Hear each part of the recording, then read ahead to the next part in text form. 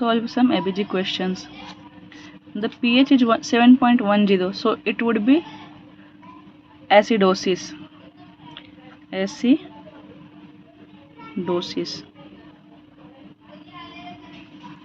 Respiratory और metabolic PaCO2 50 है और HCO3 24 है। ये होना चाहिए 22 से 26 के बीच में, ये होना चाहिए 35 से 45 के बीच में।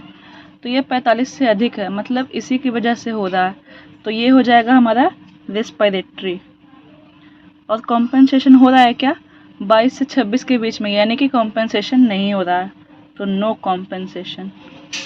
इसमें देखते हैं pH है 7.30, तो ये 7.35 से कम है, मतलब ये एसिडोसिस में है, तो लिख देंगे एसिडोसिस। रेस्पिरेटरी या मेटाबॉलिक है CO2 48 है, होना चाहिए 35 से 45 और ये होना चाहिए 22 से 26, यानी कि एसिडोसिस है। अगर जो HCO3 बढ़ता है तो वो एल्कलोसिस होता है, और यहाँ पे 35 से 45 CO2 बढ़ रहा है, उसकी वजह से हो रहा है। तो हम क्या लिखेंगे, अगर इसकी वजह से होता तो एल्कलोसिस होता, लेकिन यहाँ पे एसिडोसिस हो रहा, तो इसलिए रेस्पिरेटरी कॉज है ये, तो रेस्पिरेटरी लिख देंगे। रेस्पिरेटरी होगा आंसर। और कॉम्पेंसेशन हो रहा है कि नहीं, होना चाहिए था 22 से 26, लेकिन हो रहा है 30। HCO3 खुद को बढ़ा के कॉम्पेंसेट करना चाह रहा है एसिडोसिस को, तो कॉम्पेंसेशन कर रहा है, लेकिन क्या ये उस रेंज में, नॉर्मल रेंज में आ पाया? नहीं आ पाया, ये 7.30 ही रह पाया है, तो इसीलिए ये पार्शियल कॉम्पेंसेशन है। क्या है? Partial compensation. ठीक, नेक्स्ट देखते हैं। pH है 7.37, 3.5 और 4.5 के बीच में है, मतलब कि ये pH नॉर्मल है, लेकिन यहाँ पे कॉम्पेंसेशन हो रहा होगा, इसी वजह से ये नॉर्मल हुआ। या तो ये एसिडोसिस होगा या तो ये एल्कलोसिस होगा। देखते हैं क्या है। पहले ये था एसिडोसिस या फिर एल्कलोसिस, क्या था वो हमको देखना है। CO2 47 है, होना चाहिए 45, यानी कि 2 अधिक है, यानी इसकी वजह से एसिडोसिस हो सकता है।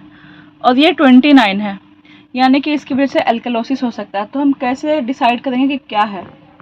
हमारे पास डायग्नोसिस नहीं है। डायग्नोसिस होता तो बोल सकते कि COPD है या फिर डायरिया है या फिर रेस्पिरेशन से रिलेटेड होता तो ये होता एसिडोसिस होता, और इससे रिलेटेड होता तो एल्कलोसिस होता, क्योंकि HCO3 बढ़ा हुआ है, इसमें CO2 भी बढ़ा हुआ है। तो हम क्या देखेंगे, हमने एक ट्रिक बताई थी कि 7.35 से 7.39 तक होगा, तो वो हम एसिडिक साइड पे लेते हैं। तो ये एसिडिक साइड पे है, मतलब ये एसिडोसिस था। एसिडोसिस किसकी वजह से होता है? CO2 की वजह से होता है। CO2 इंक्रीज्ड की वजह से होता है HCO3 की वजह से भी, लेकिन अगर ये डिक्रीज होता तो ये भी इंक्रीज्ड है, यानी ये रेस्पिरेटरी था। तो हम लिख देंगे एसिडोसिस, कॉज में हो जाएगा रेस्पिरेटरी, और कॉम्पेंसेशन हो रहा है, और फुल कॉम्पेंसेशन हो रहा है। कैसे? क्योंकि ये नॉर्मल रेंज में आ गया है, तो लिखेंगे फुल कॉम्पेंसेशन। कॉम्पेंसेशन कौन कर रहा है? HCO3 कर रहा है। इसमें देखते हैं 7.48 किस साइड पे है? ऑब्वियस है एल्कलोसिस साइड पे है। कॉज कौन सा होगा? रेस्पिरेटरी या मेटाबॉलिक होगा। 35 से 45, यानी कि CO2 एल्कलोसिस करा रहा है, और ये 23 है, मतलब ये तो नॉर्मल रेंज में ही है, तो रेस्पिरेटरी जाएगा। Respiratory alkalosis. कॉम्पेंसेशन कर रहा है क्या? नहीं कर रहा, क्योंकि 22 से 26 के बीच में ही है, तो नो कॉम्पेंसेशन। इसमें देखते हैं एल्कलोसिस है 50 है,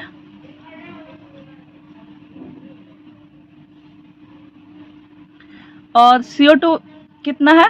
नॉर्मल है। HCO3 इंक्रीज्ड है, यानी कि किसकी वजह से हो रहा है? मेटाबॉलिक की वजह से हो रहा है। कॉम्पेंसेशन दे रहा है क्या CO2? नहीं दे रहा, क्योंकि ये नॉर्मल में ही है, तो नो कॉम्पेंसेशन। इसमें देखते हैं pH कितना है? 7.43, यानी कि नॉर्मल है। अब ये दोनों देखते हैं, CO2 कितना है? 35 से 45, घटा हुआ, यानी कि इसकी वजह से एल्कलोसिस हो सकता है। और ये 19, CO2 कम होता है 22 से, तो क्या होता है? एसिडोसिस होता है, यानी इसकी वजह से एसिडोसिस और इसकी वजह से एल्कलोसिस। तो क्या होगा, हम कैसे डिसाइड करेंगे?